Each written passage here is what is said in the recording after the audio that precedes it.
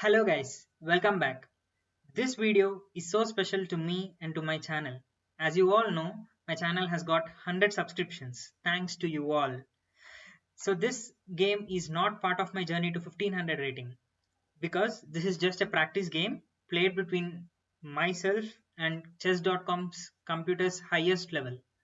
So let's check out how did I lose because it's so obvious. In order to at least draw with the chess.com's computer's highest level, you need to make all the best moves, which is impossible. So let's check out how did the game went. I started with e4, and the computer replied with c6, and knight f3, d5. This opening is called Caro-Kann defense, and I captured the pawn on d5. He captured with the c pawn on d5, and I developed my knight to c3. His computer developed his knight to f6 and pawn to d4. Bishop to g4, pinning the knight, and bishop to e2, unpinning the knight. Knight c6, putting pressure on this pawn, and castle. Uh, the computer is actually showing h3 move, which is better here than castling, but it's okay. So e6, and now h3 attacking the bishop. Bishop went back to h5, and bishop to g5, pinning the knight, and bishop to d6, and knight to b5, at putting pressure on this bishop. Bishop back to e7, and knight to e5. I just want to exchange as many pieces as possible because it's very hard to play with computer's highest level. So knight to e5, bishop captures on e2, queen captures on e2, and castles. And here I captured the knight. He captured with the pawn, and knight back to c3 as the pawn was attacking the knight. So h6 attacking the bishop, bishop back to h4, and queen to b8, putting pressure on this pawn. So I just developed my rook to b1 to just protect the pawn. Queen to f4, attacking the bishop. So just bishop capturing the knight on f6. Bishop captures on f6. Now there is a double attack on this pawn and this pawn. I just developed my queen to e3. I thought if the queen captures this pawn, then I'll exchange the queens. At least I would be better. At least I would be pawn down. You never know how computer thinks and how you never know how advantageous their positions would be. So I just want to exchange as many pieces as possible. So queen captures on d4 as expected. I exchanged my queen with his queen, and bishop captures d4. Knight to e2, putting pressure on this, in fact attacking the bishop, and bishop back to f6.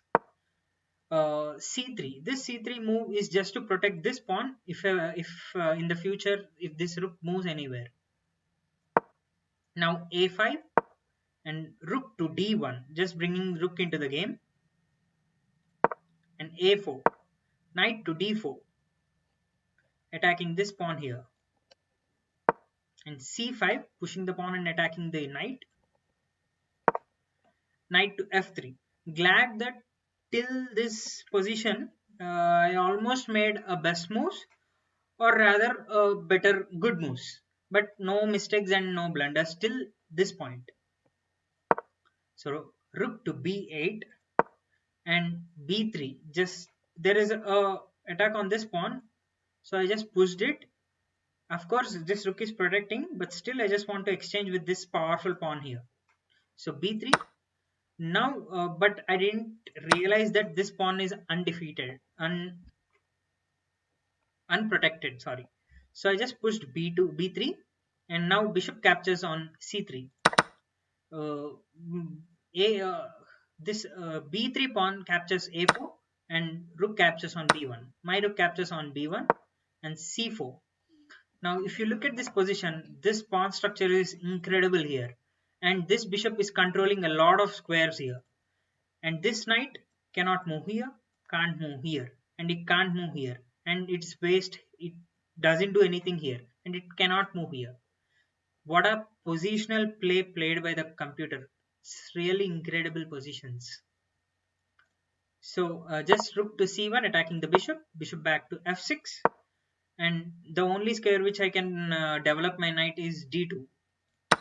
So rook captures on a4, rook c2 protecting this pawn, king to h7. Now he is bringing king into the game. So I just developed I just want to push the pawns and do some damage for this pawn structure. So f4, and now c3 attacking this knight. Knight to b3, and rook captures on f4. Knight c5.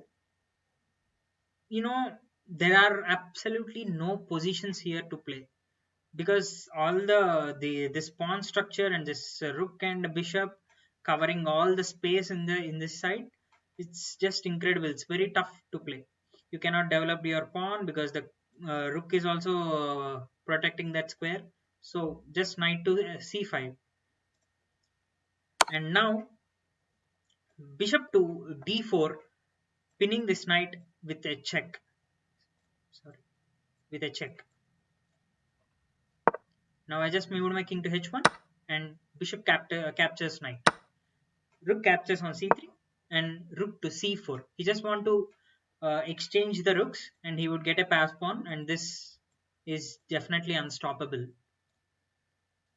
I just moved. I don't want to exchange my rooks. Rook to b3 and e5. Rook to b1, d4. Rook to e1 and d3. Now this pawn is it's impossible to stop it.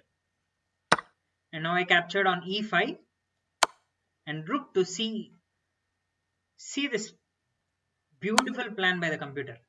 When I captured on e5, there is no threat to this rook. But first it gave a check on c1, and king moved here, and see this. Bishop coming to d6, which is attacking the king. And the rook is gone. Beautiful stuff. So rook to c1 check, king to h2, and bishop to d6, pinning the rook. And nothing much to do here. g3 just blocking the way, and bishop captures e5. Now a4 trying to push the pawn, and rook to c2, king to h1, d2. I could actually resign the game, but I already told you in the previous game that I like to see checkmates on the board. So I just played till the end. Now d2, a5, there is no move. Whatever you do, which pawns you push here, the next move pawn is coming to d1, either a queen or a rook, then it is checkmate. So pawn to d1, it became a rook, and it is checkmate now. So this is the game. A good practice with the computer, and hope you all enjoyed. Thank you so much.